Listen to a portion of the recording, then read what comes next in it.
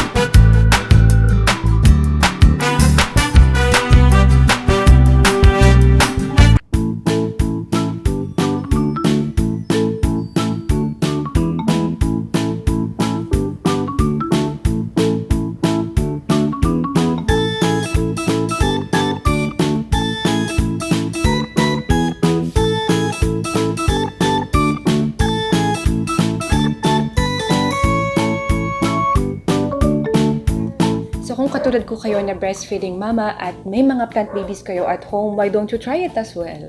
Sobrang dali lang, diba? Diba, baby? Thanks for your milk! And if nagustuhan mo itong video na to, please don't forget to subscribe to our channel and hit the notification bell para updated ka sa ating mga future uploads.